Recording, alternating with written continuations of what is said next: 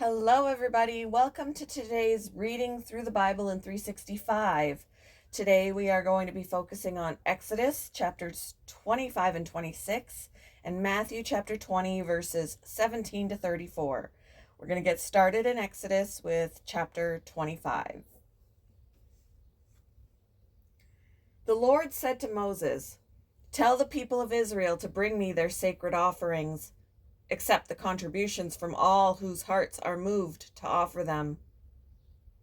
Here is a list of sacred offerings you may accept from them: gold, silver, and bronze, blue, purple, and scarlet thread, fine linen and goat hair for cloth, tanned ram skins and fine goat skin leather, as, as, as,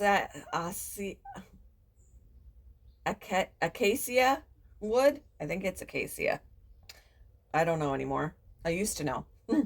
Olive oil for the lamps, spices for the anointing oil and the fragrant incense, onyx stones and other gemstones to be set in the ephod and the priest's chest piece. Have the people of Israel build me a holy sanctuary so I can live among them. You must build this tabernacle and its furnishings exactly according to the pattern I will show you. Have the people make an ark of acacia wood and a sacred chest 45 inches long, 27 inches wide, and 27 inches high. Overlay it inside and outside with pure gold, and run a molding of gold all around it. Cast 4 gold rings and attach them to its 4 feet, 2 rings on each side. Make poles from acacia wood and overlay them with gold. Insert the poles into the rings at the sides of the ark to carry it. These carrying poles must stay inside the rings. Never remove them. When the ark is finished, place inside it the stone tablets inscribed with the terms of the covenant which I will give to you. Then make the ark's cover the place of atonement from pure gold. It must be 45 inches long and 27 inches wide. Then make 2 cherubim from hammered gold and place them on the 2 ends of the atonement cover. Mold the cherubim on each end of the atonement cover, making it all of 1 piece of gold. The cherubim will face each other and look down on the atonement cover. With their wings spread above it, they will protect it. Place inside the ark the stone tablets inscribed with the terms of the covenant which I will give to you. Then put the atonement cover on top of the ark. I will meet with you there and talk to you from above the atonement cover between the gold cherubim that hover over the ark of the covenant. From there, I will give you my command. Excuse me. From there, I will give you my commands for the people of Israel. Then make a table of acacia wood, 36 inches long, 18 inches wide, and 27 inches high. Overlay it with pure gold and run a gold molding around the edge. Decorate it with a 3-inch border all around and run a gold molding along the border. Make 4 gold rings for the table and attach them at the 4 corners next to the 4 legs. Attach the rings near the border to hold the poles that are used to carry the table.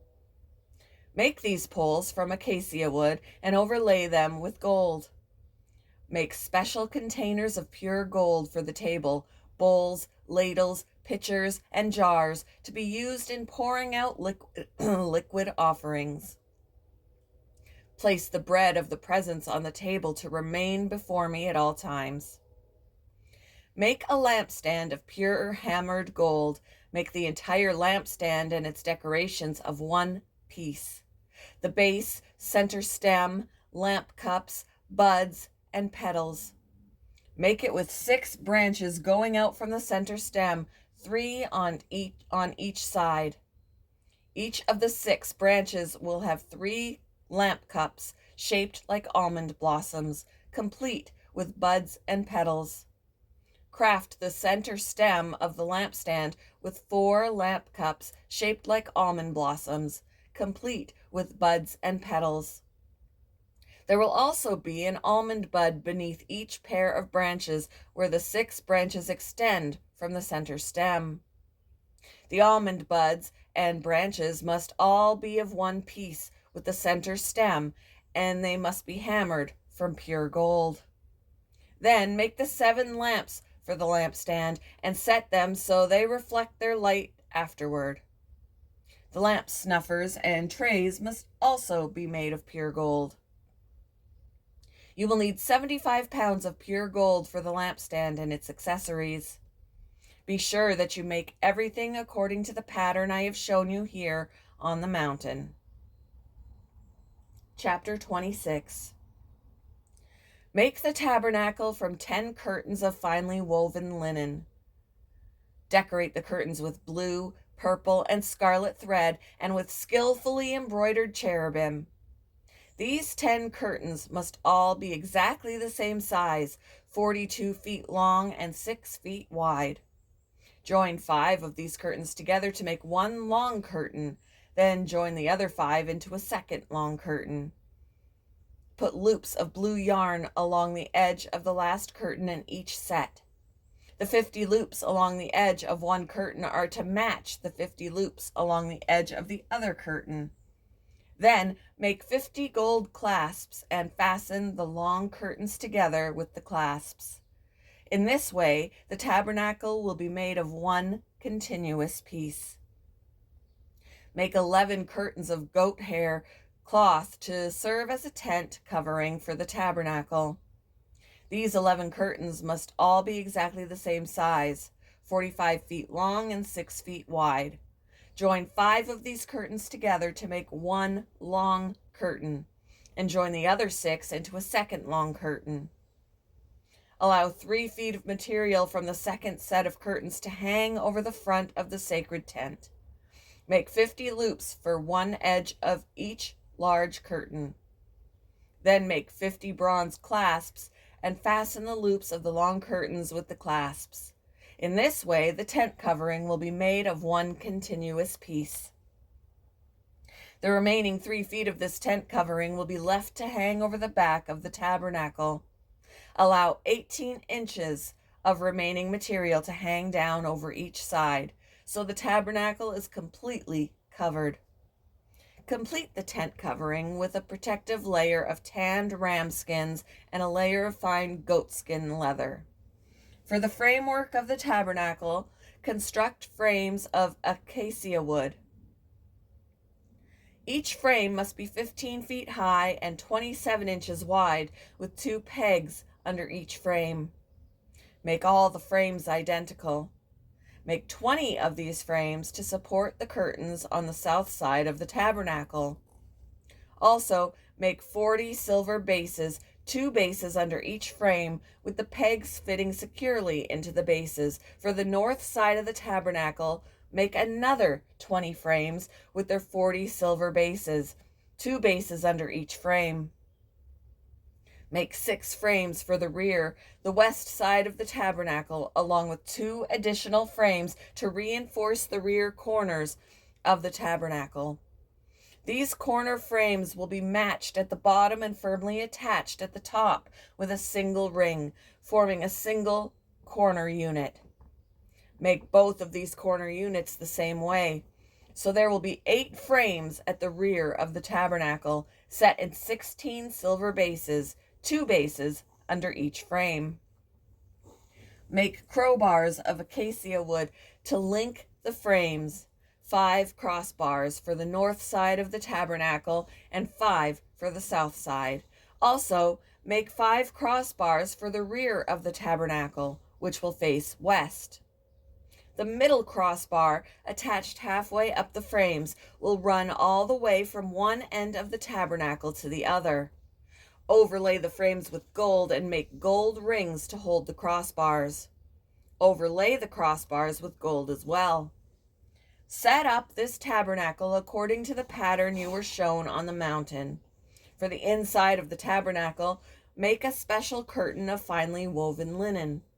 Decorate it with blue, purple, and scarlet thread, and with skillfully embroidered cherubim. Hang this curtain on gold hooks attached to 4 posts of acacia wood. Overlay the posts with gold and set them in 4 silver bases. Hang the inner curtain from clasps and put the Ark of the Covenant in the room behind it. This curtain will separate the holy place from the most holy place. Then put the Ark's cover, the place of atonement, on top of the Ark of the Covenant inside the most holy place. Place the table outside the inner curtain on the north side of the tabernacle, and place the lampstand across the room on the south side. Make another curtain for the entrance to the sacred tent. Make it of finely woven linen and embroider it with exquisite designs using blue, purple, and scarlet thread. Craft 5 posts of acacia wood. Overlay them with gold and hang the curtain from them with gold hooks. Cast 5 bronze bases for the posts. Matthew chapter 20, verses 17 to 34. As Jesus was going up to Jerusalem, he took the 12 disciples aside privately and told them what was going to happen to him. "Listen," he said, "we're going up to Jerusalem where the Son of Man will be betrayed to the leading priests and the teachers of religious law. They will sentence him to die. Then they will hand him over to the Romans to be mocked, flogged with a whip, and crucified. But on the 3rd day he will be raised from the dead." Excuse me. Then the mother of James and John, the sons of Zebedee, came to Jesus with her sons. She knelt respectfully to ask a favor. "What is your request?" he asked. She replied, "In your kingdom, please let my 2 sons sit in places of honor next to you, one on your right and the other on your left." But Jesus answered by saying to them, "You don't know what you are asking. Are you able to drink from the bitter cup of suffering I am about to drink?" "Oh, yes," they replied, "we are able." Jesus told them, "You will indeed drink from my bitter cup, but I have no right to say who will sit on my right or my left. My Father has prepared those places for the ones he has chosen." When the 10 other disciples heard what James and John had asked, they were indignant. But Jesus called them together and said, "You know that the rulers in this world lord it over their people, and officials flaunt their authority over those under them. But among you it will be different. Whoever wants to be a leader among you must be your servant, and whoever wants to be first among you must become your slave. For even the Son of Man came not to be served, but to serve others, and to give his life as a ransom for many." As Jesus and the disciples left the town of Jericho, a large crowd followed behind. 2 blind men were sitting beside the road. When they heard that Jesus was coming their way, they began shouting, "Lord, Son of David, have mercy on us." "Be quiet," the crowd yelled at them. But they only shouted louder, "Lord, Son of David, have mercy on us." When Jesus heard them, he stopped and called, "What do you want me to do for you?" "Lord," they said, "we want to see." Jesus felt sorry for them and touched their eyes. Instantly, they could see. Then they followed him.